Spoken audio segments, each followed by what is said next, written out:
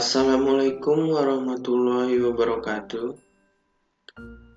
Saya dari kelompok 1 yang beranggotakan Abu Zar, Agung, Ani Septiani, Aulia Intan, Ferry, dan dengan saya sendiri, Jovan. Kami akan menjelaskan tentang himpunan dalam matematika. Yang akan kita pelajari hari ini yaitu yang pertama pengertian himpunan, yang kedua penyajian himpunan, yang ketiga operasi himpunan, yang keempat kaidah matematika dalam operasi himpunan, dan yang terakhir penerapan himpunan dalam ekonomi sehari-hari atau dalam kehidupan sehari-hari. Langsung saja kita masuk ke pembelajaran. Yang pertama ada pengertian himpunan, yaitu suatu kumpulan atau gugusan dari sejumlah objek, yang biasanya objek tersebut mempunyai ciri-ciri tertentu. Objek yang ada dalam himpunan biasanya dapat berupa bilangan, nama orang, huruf, nama kota, dan lain-lain. Dan objek yang ada di dalam himpunan tersebut itu dinamakan elemen, unsur, atau anggota. Secara umum, himpunan dilambangkan dengan huruf kapital, sedangkan objek dilambangkan dengan huruf kecil. Contohnya, PA itu ada lambang E begitu ya, A, berarti P adalah anggota A. Kemudian yang kedua A seperti huruf C itu, B berarti A himpunan bagian dari B. Kemudian ada A sama dengan B, itu berarti himpunan A sama dengan himpunan B. Kemudian ada penyajian himpunan, yaitu dengan menuliskan sifat-sifat yang dimiliki anggota himpunan tersebut. Contoh penyajian himpunan itu ada himpunan A yang berisikan 1, 2, 3, 4, 5, yang berarti himpunan A tersebut beranggotakan bilangan-bilangan bulat positif, yaitu 1, 2, 3, 4, 5. Himpunan biasa ditulis dalam huruf besar seperti A, B, C, D, huruf-huruf kapital, sedangkan anggotanya yaitu huruf-huruf kecil. Kemudian ada cara kaidah, berarti himpunan A beranggotakan objek X, di mana X adalah bilangan-bilangan bulat positif yang lebih besar dari 0 tetapi lebih kecil dari 6. Bisa dilambangkan dengan tersebut. A kurung kulawar X, kemudian titik koma 0 itu lebih kecil ya, berarti yang lebih besar dari 0 kemudian lebih kecil dari 6 ya, bisa dilihat contohnya tersebut.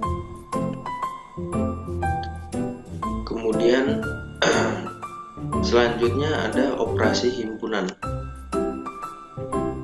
Yang pertama ada irisan, yaitu irisan dari dua himpunan A dan B adalah himpunan yang anggota-anggotanya ada di himpunan A dan ada juga di himpunan B. Operasi himpunan irisan dilambangkan dengan simbol seperti huruf N itu yang melengkung ke bawah.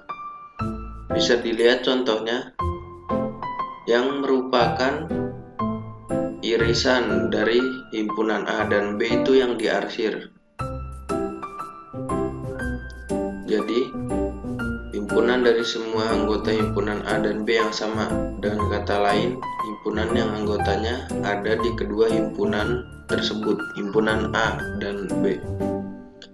Kemudian selanjutnya ada himpunan gabungan. A gabungan B ditulis A dengan lambang B.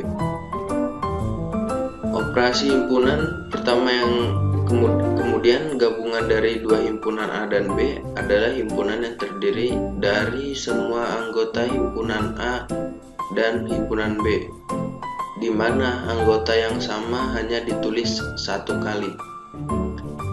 Contohnya himpunan A ada 1, 2, 3, 4, 5. Kemudian himpunan B ada 2, 4, 6, 8, 10. Berarti bisa disimpulkan itu himpunan gabungan dari A dan B itu ada 1, 2, 3, 4, 5, 6, 8, dan 10,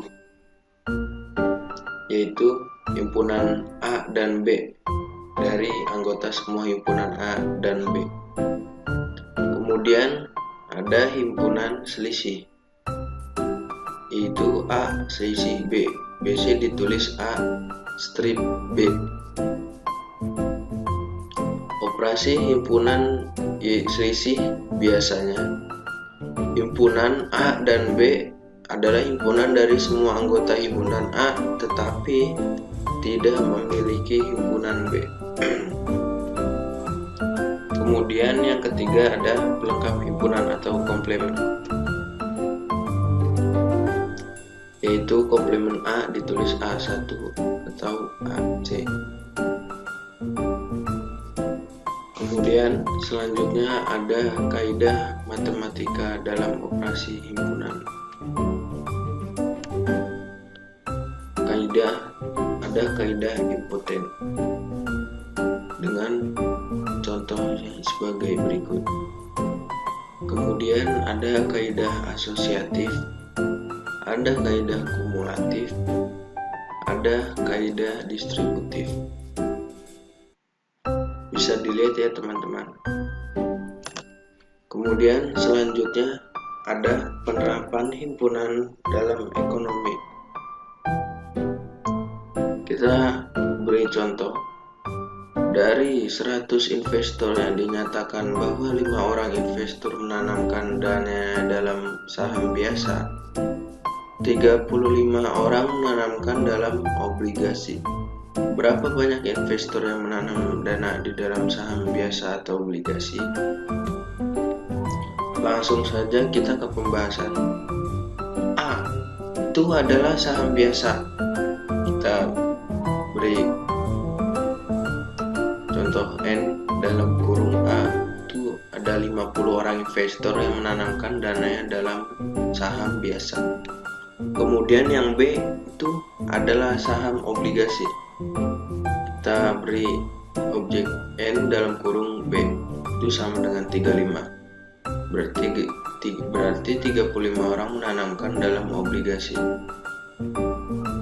Kemudian diketahui N A itu saham biasa ya, orang yang nanam saham biasa itu ada 50 orang.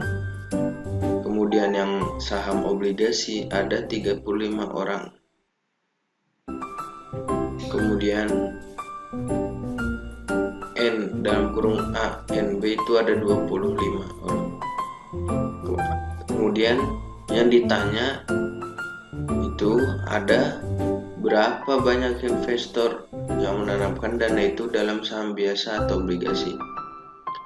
Jawabannya yaitu N dalam kurung A UB, kemudian 25 ditambah 25 ditambah 10 yang berarti kira-kira itu 60 orang yang menanamkan dana itu dalam saham biasa atau obligasi. Kemudian selanjutnya ini ada lambang-lambang himpunan ya, yang berlambang seperti huruf E itu, yaitu himpunan anggota elemen. Contoh penggunaannya ada di berikut. Kemudian ada himpunan bagian, ada gabungan, ada himpunan irisan, ada himpunan selisih, ada bukan komplement, biasanya himpunan universal, dan himpunan kosong. Sekian penjelasan dari saya kelompok 1.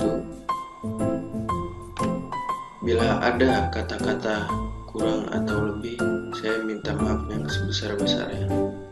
Wassalamualaikum warahmatullahi wabarakatuh.